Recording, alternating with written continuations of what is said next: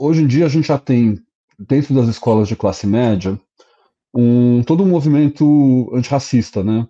Embora nessas mesmas escolas a gente tenha muito poucos negros com oportunidade de cursar, muito poucas bolsas para negros. É, como você vê essa questão da branquitude se aproximando de uma questão de uma luta antirracista, que eu acho que é necessária dentro da nossa sociedade, mas ao mesmo tempo criando esses espaços onde se experimenta pouco. Você tem poucos professores negros dentro das escolas de classe média, privadas, você tem poucos alunos. Como você vê essa questão? Sabe que o presidente de Portugal deu uma declaração dizendo que Portugal reconhecia os crimes cometidos durante a colonização e que deveria haver uma reparação, né? E aí causou toda uma celeuma, onde já se viu, né, um presidente dizer isso e tal. E aí depois eu escrevi uma coluna, né, falando sobre essa declaração, dizendo que foi importante, simbolicamente, que uma autoridade se pronuncie. É um primeiro passo, mas não é suficiente. E o próprio presidente reconheceu isso, né? Pedir desculpas é a parte mais fácil, né? Então, eu vejo um pouco isso, assim, né? A branquitude tendo essa postura do presidente de Portugal, né? Ou seja, alguém que reconhece que existe um problema grave, reconhece que existe o racismo e que é preciso fazer alguma coisa, né?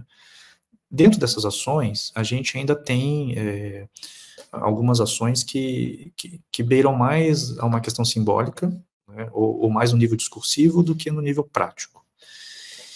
E o que eu disse agora, eu estive em Portugal, né, e aí me perguntaram sobre essa questão, eu disse que tanto Portugal quanto a Espanha e outros países europeus que foram colonizadores, essa reparação só vai acontecer por meio de uma pressão dos imigrantes, né?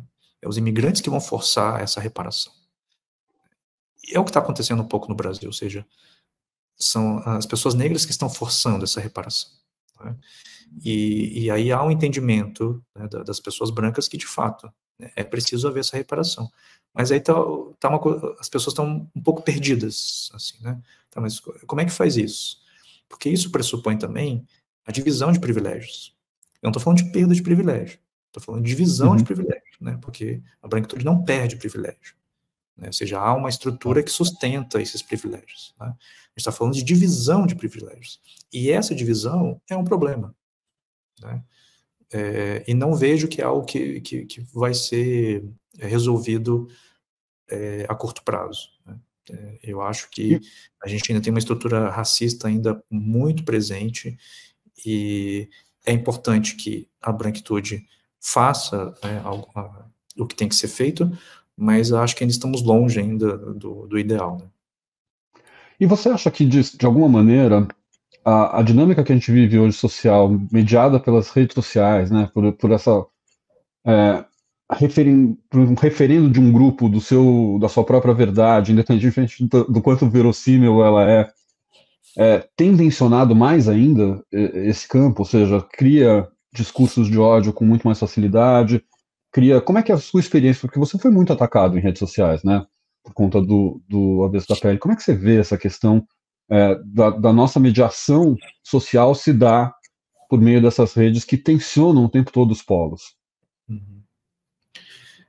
Eu acho que é importante a regulamentação, né, que está sendo proposta já há algum tempo.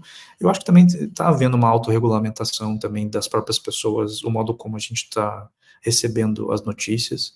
Embora ainda tenha muita notícia falsa, eu tenho percebido que há uma diminuição sensível, né, a essa proliferação, né, de notícias falsas. O que não significa que elas não estão sendo produzidas, né? Elas estão sendo produzidas talvez em lugares privados, né, como WhatsApp, por exemplo, né? Mas eu acho que a gente tem se relacionado de uma outra forma. Talvez a gente tenha conseguido responder de maneira mais rápida ao modo como essas notícias vão aparecendo, né? Notícias falsas. E eu tenho recebido ataques sistematicamente, ou quando sai uma coluna minha, ou quando sai alguma entrevista. Agora, com o caso da censura, foram muitos xingamentos, mas o meu modo de lidar com isso é não pessoalizando. Eu sempre acho que a coisa não é comigo, né? A coisa é a imagem, né, que as pessoas têm de mim ou das coisas que eu produzo, mas não é algo que me ataca pessoalmente, né? Embora os ataques sejam pessoais, mas eu procuro diferenciar, né? Porque é justamente isso que essa extrema-direita quer, né? Causar o terror, causar pânico, né? Ansiedade, e eu procuro separar, né? O que é o Jefferson, né, na vida privada e o que é o Jefferson na vida pública, né? Sim. Eu vi uma entrevista sua que você falou que você é adepto do afropessimismo. Eu queria que você me explicasse um pouco essa ideia, né? Porque hoje em dia o que a gente mais ouve falar é do afrofuturismo, da valorização. Eu queria entender um pouco o que é esse afropessimismo. O afropessimismo, ele é uma corrente que surgiu ali entre a década de 70, 80. Foi muito mal interpretado, né? Foi visto como o contrário do afrofuturismo, né? O afrofuturismo, ele pensa em futuros possíveis, né? Ou seja, você para de olhar para o passado como algo trágico e sem perspectiva de futuro, e oferece, né, um futuro para... E o afropessimismo é, na verdade, um olhar filosófico, né, sobre as relações das pessoas negras com a branquitude, né? Na verdade, um olhar mais atento às benesses da branquitude, né? Branquitude barra capitalismo, né? Assim, é um olhar mais atento para que a gente não ache que as coisas estão resolvidas, né? Então, por exemplo, se a gente ganhou as cotas na universidade, o afropessimismo vai olhar, o olhar do afropessimismo é entender que isso não é suficiente, né? É preciso mais, né? É preciso manter essas pessoas dentro da universidade, né? É preciso depois que essas pessoas sejam encaminhadas para um trabalho, né? Então, o afropessimismo é não se contentar com as migalhas da branquitude, né? É sempre ter um olhar desconfiado do que é oferecido como solução para o racismo.